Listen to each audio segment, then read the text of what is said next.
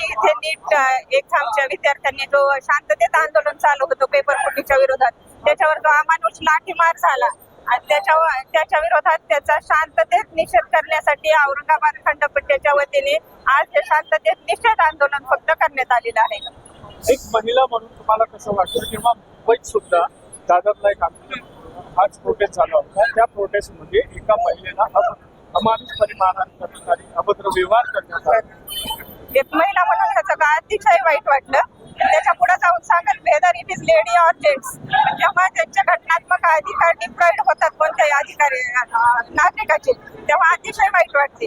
दिल्ली इथं जेव्हा शांततेत चाललेल्या आंदोलनावर अमानुष लाठीमार झाला तेव्हा ते निषेधार्ह घटना आहे. आणि त्याच्या पुढे जाऊन जर मुंबईत जर अतिशय अशा घटना होत असतील, ते विद्यार्थी ते सगळ्यात मेन ते देशाचे भवितव्य, त्यांच्यामध्ये अतिरेकी अगर कोणी असण्याचा कोणताही संबंध नाहीये. ते विद्यार्थी वरून ते शांततेत प्रोटेस्ट करत होते, त्यांच्यावर जर पोलीस खात्याचा किंवा बळाचा वापर होत असेल तर ते संविधानाला अभिप्रेत नाही, कोणत्याही कायद्याच्या राज्याला ही गोष्ट अभिप्रेत नाही. आणि त्याचा निषेध करण्यासाठी सर्व मला वाटते सुप्रीम कोर्टाच्या बार असोसिएशनने याचा निषेध केलाय आणि मुंबई पाठोपाठ औरंगाबाद खंडपीठाने याचा निषेध केलेला आहे. दिल्ली में जो भी हुआ है शांततामय और घटनात्मक मार्ग से युवा और आम जनता जो प्रदर्शन कर रही थी, अपने हक के लिए अपने मांगों के लिए लड़ रही थी, उनके ऊपर जो अमानुष लाठीचार्ज किया गया है, बच्चों को पीटा गया है, घसीटा गया है, इस बात की निंदा करने के लिए हम यहाँ जमा हो गए हैं. हिंदुस्तान में लोकशाही है और हर सरकार जो हमने चुना है, हमारे लिए काम करने के लिए चुना है, उनको हमारे साथ इस तरह का बर्ताव करने की कोई अनुमति भारतीय राजघटना नहीं देती. हम मोदी सरकार और भारत के जो गृह मंत्री है अमित शाह, इनका निषेध करते हैं. और उसके साथ साथ कल भारत के विरोधी पक्ष नेता राहुल गांधी, इन्होंने जो अच्छा काम किया है संविधान को बचाने के लिए, वो जो आगे आए हैं, उनके निषेध में जो देश भर मोर्चे भाजपा निकाल रहा है उसका भी हम निषेध करते हैं. इस घड़ी में सभी युवाओं के साथ खड़ा रहने के लिए भाजपा के लोगों ने भी आगे आना चाहिए, अगर उनमें भारतीय राज्य घटना के प्रति कोई सम्मान है. इसलिए मैं मोदी शासन और जो भी पुलिस ने किया है उनकी सूचना से उसका निषेध करता हूँ. पीएम के द्वारा जीरो टैक्स बदलने की बात हो रही है, लेकिन शिक्षा मंत्री धर्मेंद्र प्रधान का इस्तीफे की बात नहीं हो रही. देखो, भारत में ऐसे बहुत सी किस्से हैं. लाल बहादुर शास्त्री जब रेल मिनिस्टर थे तब एक छोटा सा एक्सीडेंट हुआ था, कुछ लोग मर गए थे, उन्होंने खुद जिम्मेदारी लेके पहला रेसिग्नेशन दिया था. उस तरह से जब भी शिक्षा के इसमें कोई क्रेडिटेबल बनता है तो आप क्रेडिट लेते हो, मगर जब जिम्मेदारी लेने का सवाल आता है तो ये सरकार जिम्मेदारी नहीं लेती. सिर्फ इनको झंडा दिखाना है, रील बनानी है, जनता को दिखाना है, जिम्मेदारी नहीं लेनी है. इस बात का हम निषेध करते हैं. मैं हूँ PL सागर किल्लारीकर, मैं हाईकोर्ट में प्रैक्टिस करता हूँ, उसके साथ साथ मैं सदस्यता राज्य मागासवर्ग आयोग का. कॉन्स्टिट्यूशन में सुप्रीम कोर्ट का स्थान बहुत बड़ा है. डेमोक्रेसी में सुप्रीम कोर्ट, पार्लियामेंट और एग्जीक्यूटिव, ये तीनों का इंडिपेंडेंट कार्य है. अगर सुप्रीम कोर्ट लोगों के मूलभूत अधिकार का रक्षण नहीं कर सकता है तो वो डलमल गया है, ऐसा मैं समझता हूँ. और ये बात कुछ ठीक नहीं है, लोकशाही के लिए ये धोखा है. ये prostate advocate association of Bombay court, इसका हम जाहिर निषेध करते हैं. ये जो घटना दिल्ली में हुई उसका. सर, क्या वजह हो सकती है कि प्रधानमंत्री जो है ब्यूरोक्रेट्स बदलने की बात कर रहे हैं, लेकिन एजुकेशन मिनिस्टर ने उनका पॉलिटिकल एजेंडा हो सकता है, कुछ भी मालूम नहीं है, वो उसके बारे में हम ठीक नहीं है.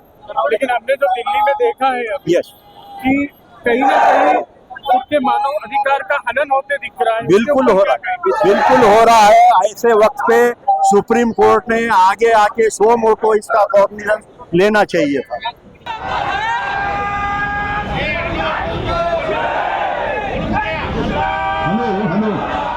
आमचा विषय आहे की 20 तारखेला जो मार्च झाला की धर्मेंद्र प्रधान, शिक्षण मंत्री धर्मेंद्र प्रधान यांच्या इस्तिफासाठी, त्या मार्च वरती जो लाठीचार्ज झाला, अमानुष लाठीचार्ज, काठांना खिळे लावून आणि मुलींचे कपडे फाडून मुलींच्या छाताडावरती पाय ठेवून जो लाठीचार्ज तिथे केला गेला, त्याच्या निषेधार्थ आम्ही आज इथे आंदोलन करत आहोत आणि या तरुण विद्यार्थ्यांच्या हक्कासाठी आम्ही लढत आहोत.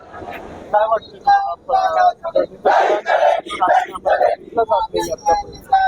त्याच्या मागे त्यांचे काही गुपिता असतील कदाचित, जे की उघडे होतील याची त्यांना भीती असेल.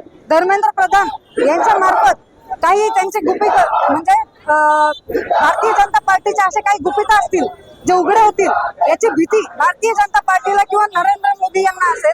त्याच्यामुळे ते त्याचा राजीनामा मागत नाहीये अजूनही. एवढे 25 दिवस होत आले, एवढा मोठा शास्त्रज्ञ सोनम वांगचुकजी हे उपोषणाला बसले. त्यांचं जवळपास 11 ते 15 किलो त्यांचं वजन कमी झालं आहे, पण तरी सुद्धा त्याची दखल घेतली जात नाही. आणि इतका त्याच्यावरती एवढ्या मोठ्या प्रमाणामध्ये पूर्ण देश आंदोलन करतोय, एवढी मोठी बर्बरता त्यावर केली यांनी, एवढा मोठा लाठीचार्ज केला आणि त्या पण कोणत्या मुलांवरती? 15 ते 12 वर्षाचे मुलं, 15 वर्षाच्या मुली, 18च्या आतलेही मुलं आहेत, त्यांच्यावरती तुम्ही लाठीचार्ज करताय. खरं तर या प्रशासनाला लाज वाटायला पाहिजे, एवढं लहान मुलांवरती आपण अत्याचार करतो. माझं नाव ऍडव्होकेट तेजश्री नलावडे.